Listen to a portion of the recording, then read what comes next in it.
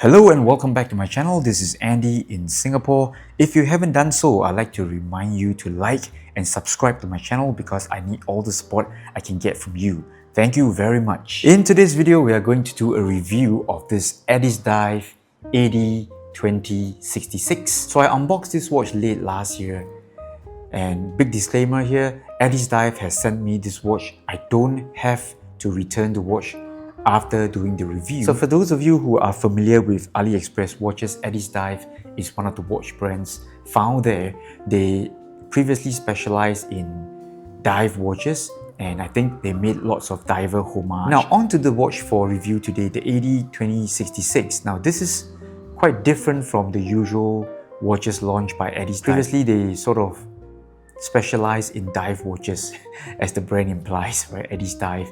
But for the 2066, I would say this model is sort of an everyday watch, and obviously it is heavily inspired by watches such as Oyster Perpetual 36, Aquaterra, or the Seiko sub models. I wouldn't go as far as to say this is a Gada watch, but I think this is sort of like an everyday watch where you can wear casual clothes and as well as wear office wear, formal clothes, and the watch will still not look out of place. And the AD2066 was launched late last year, sometime in November if I'm not wrong.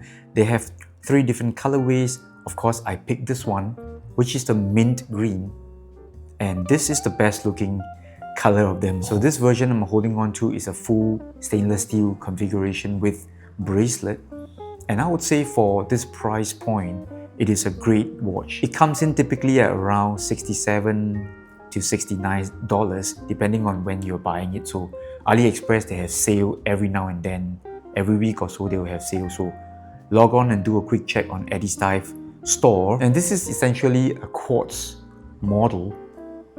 It houses the VH31 movement. So what happens with the VH31 is that you get a sweeping seconds hand.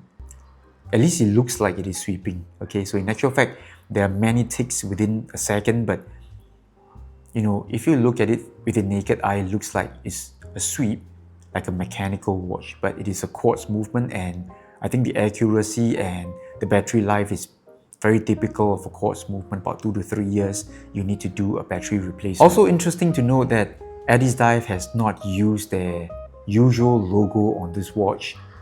Instead of the usual logo that resembles a diver's goggle and harpoon, Addiesdive has used their brand name in sort of a cursive font at the 12 o'clock zone, and I think this is a great move for this watch design. And now with the lens slightly zoom in, let's take a closer look at the Addiesdive 2066. As mentioned earlier, it has a case size of 36mm, so I would say this is like a inspired watch inspired by the OP36. It's got a thickness of 11mm, measuring from the base of the case back, which is still engraved with the diver's logo, to the top of this top hat mineral crystal. We've got a really nice distortion going on.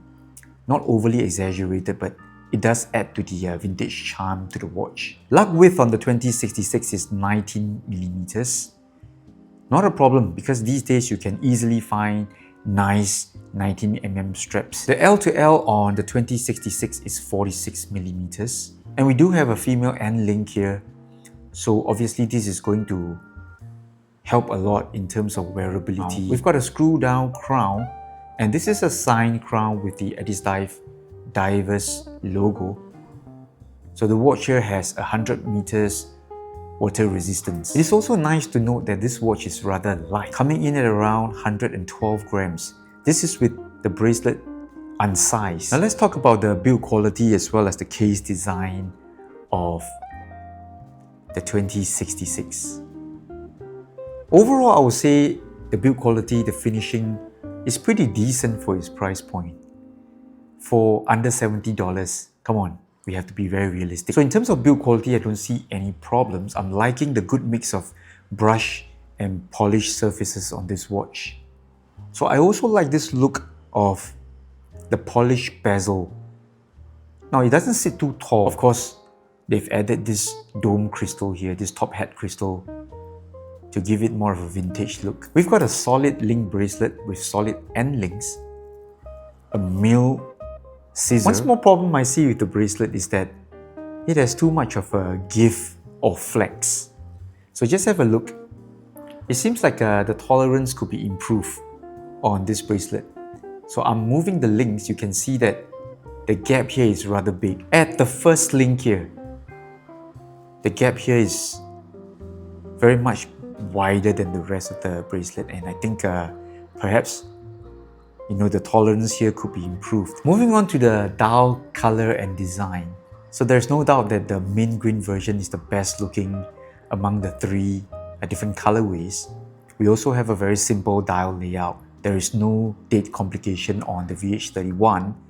We have stick markers. And as for the handset of this watch, I would think they are very simple looking needle hands with a bit of lume applied.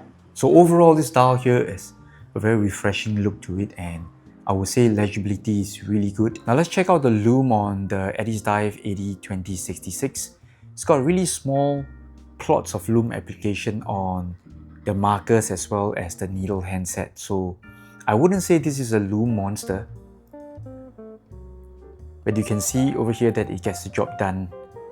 There's enough brightness, good level of brightness to the lume here, and again I think Addiesdive is doing a really good job on this watch. Let's zoom back out for a wrist shot on the 2066, 36mm everyday watch, and this watch just fits my wrist so well. I'm liking the fact that there's minimal to no protrusion of the case back. You can see that due to the quartz movement, the case back is rather flat, and I think this is going to help a lot in terms of wearability and the overall look of the watch when it's on your wrist. It doesn't feel top heavy, doesn't feel or look like a bobblehead. And for today's size comparison, let's bring in the PRX 35. So both watches, they are small and they wear smaller on your wrist. And I think that's what makes these watches good everyday watches. So a nice little 36mm everyday watch at not a lot of money, under 70 Singapore dollars. And I think this is a good release from Addiesdive, for their fans out there who want to try something that is different from the usual dive watches. Again, I'm liking this thinner profile and the flatter case back. Alright, the only thing I'm not so sure is the bracelet, which has obviously too much of free play going on. So this is Andy in Singapore signing off with George, Pixie and Roly Poly. We'll see you next week for more watch review videos. Bye bye.